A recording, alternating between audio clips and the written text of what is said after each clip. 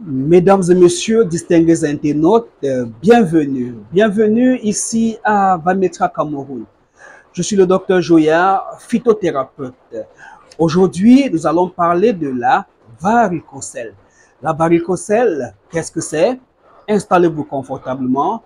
Dans un instant, je vous reviens.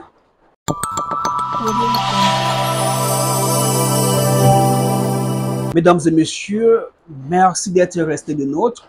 Merci pour la confiance que vous accordez à ce travail que je fais. Notre objectif, c'est de vous sortir de la peur de finir sur cette terre sans avoir fait un enfant. Oui, vous avez parcouru les hôpitaux, les docteurs traditionnels, les naturopathes. Est-ce que vous savez exactement de quoi vous souffrez? Je ne pense pas. Ceci me fait penser à une dame qui m'a envoyé un message me disant « Docteur, je veux les ovules pour nettoyer mes trompes. » J'ai dit à cette dame « Est-ce que je peux voir votre radio des trompes ou votre échographie ?» Elle a dit « Oui, docteur. » Elle m'a envoyé son examen. Et j'ai dit à cette dame « Non, madame, vous n'avez pas seulement les trompes bouchées, mais vous avez aussi une myomatose ou encore un adénomium. Elle a dit « Non, docteur, je n'ai pas tout ça. » J'ai dit « Non. Est-ce que vous avez lu votre examen? » Elle a dit « Si. » J'ai dit « Ok. » J'ai fait une capture de cette partie où on parlait d'une myomatose ou bien encore d'un adénomium. Alors, elle était choquée de voir que depuis des années, on ne lui a jamais dit qu'elle avait ce problème. Voilà pourquoi je vous exhorte, messieurs et dames, à m'envoyer toujours vos examens. J'ai été à l'école de la médecine des Blancs. Je sais lire et interpréter les examens échographiques, radiologiques et les bilans sanguins. Et parfois, par la grâce de Dieu, je découvre ce qu'on n'a pas réussi à vous dire à l'hôpital. Parfois, par la grâce de Dieu, je vous explique exactement ce que vous avez. Et c'est ce que je vais faire tout de suite. Alors, je vais parler de la varicocèle. Mesdames et messieurs, surtout messieurs, vous m'écoutez sûrement, vous êtes abonné déjà à ma chaîne. Vous souffrez d'une varicocèle. La varicocèle, c'est tout simplement la dilatation des veines qui sont au niveau des testicules. Dilatation des veines au niveau des testicules, varicocèle. Alors, lorsque ces veines se dilatent, il peut avoir un impact ou encore un retentissement sur votre santé. Par exemple, il y a des messieurs qui ont une varicocèle qui ne le savent pas. Ils sont super actifs sexuellement, ils ont plusieurs partenaires sexuels, ils font bien les rapports sexuels avec leurs femmes. Ils sont en bonne santé, ils sont jeunes. Et c'est parce que depuis un certain temps, il vit en couple avec une dame. Il est déjà à 2 ans, 3 ans sans enfant. La femme a pris des potions à gauche à droite pour se purger, pour laver le ventre, rien. La femme est allée faire des examens à l'hôpital. On lui a dit, mais madame, vous n'avez pas vraiment un grand souci. Hein? Demandez à votre mari de faire un spermogramme.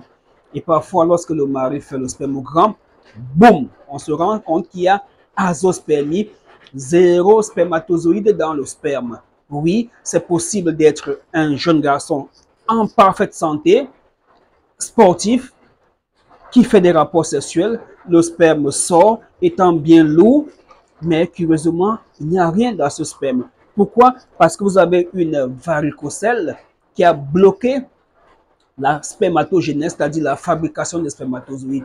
Cette varicocèle peut être associée à une atrophie testiculaire, à une diminution des testicules. Vous ne le savez pas, c'est le médecin qui va palper vos testicules. Il va dire, tiens, les boules là, les boules sont petites, et il va ressentir par une manœuvre qu'on appelle de Valsalva que les veines sont un peu dilatées. Vous voyez un peu. Parallèlement, il existe d'autres personnes qui ont mal aux testicules. Des pères de famille, ils ont 1, 2, 3, 4 enfants, mais ils ont mal aux testicules. Ça tire, ça va d'un côté. Et lorsqu'ils vont faire une échographie, on découvre qu'ils ont une varicocèle, une dilatation des veines des testicules. Donc, on va donc voir qu'il y a varicocèle avec azospermie et varicocèle sans retentissement sur la production du spermatozoïde. Je sais de quoi je parle, je ne délie pas. Regardez par exemple le cas de ce monsieur, il est au Mali, à Bamako précisément. Alors, au début, qu'est-ce qui s'est passé? Il a chopé une infection, il a eu une orchite épidémique, une infection qui a tout bousillé. Il a pris des antibiotiques, tout est rentré dans l'ordre. Après, il se retrouvait avec des douleurs qui n'en finissent point. Il est allé faire une échographie testiculaire. Cette fois-ci, on a découvert qu'il a une varicocèle.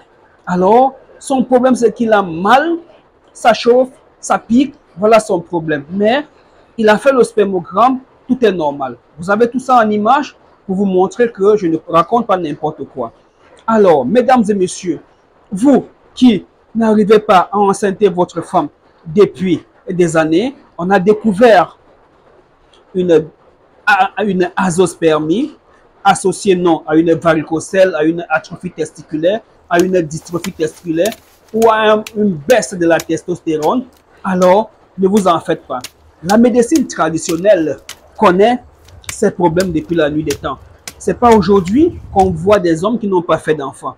Ce n'est pas aujourd'hui qu'on voit des femmes qui n'ont pas fait d'enfants. L'Afrique traditionnelle a connu ces situations. Et comment ça se passait? Alors, lorsqu'on découvrait que c'est le monsieur le problème, on envoyait chez ce papa, chez un docteur traditionnel qui s'y connaissait en problème testiculaire.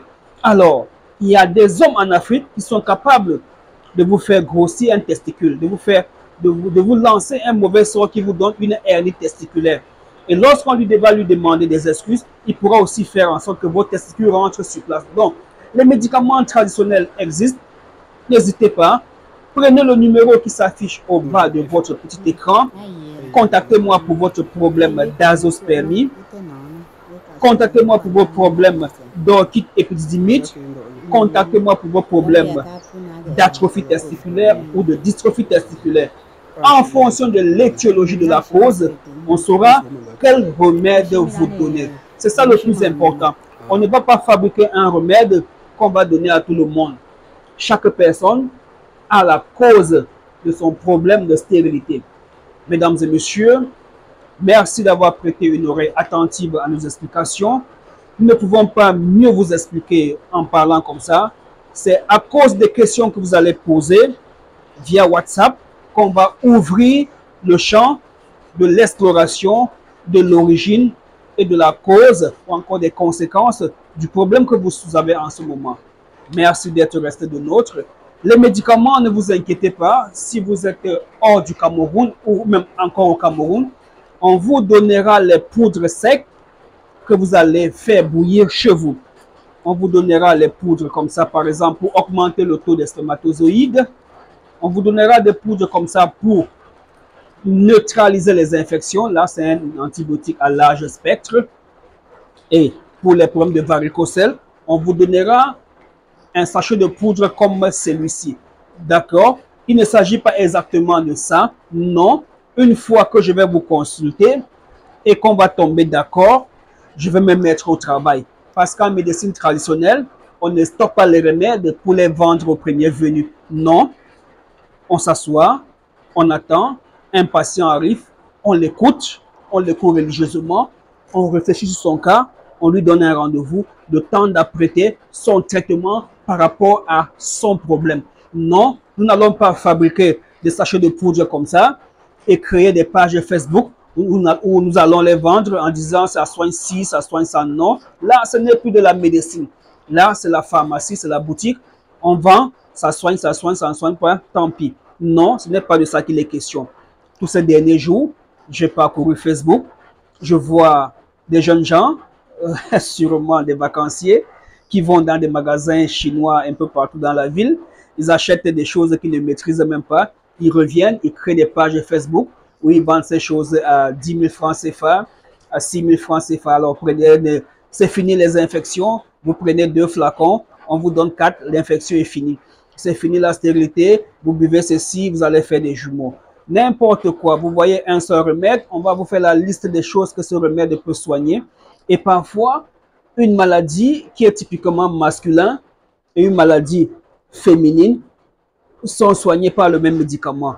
Vous allez voir, on va dire douleur testiculaire, douleur des règles, douleur ceci, douleur cela. Non, les douleurs des règles et les douleurs des testicules ne sont pas provoquées par le même phénomène.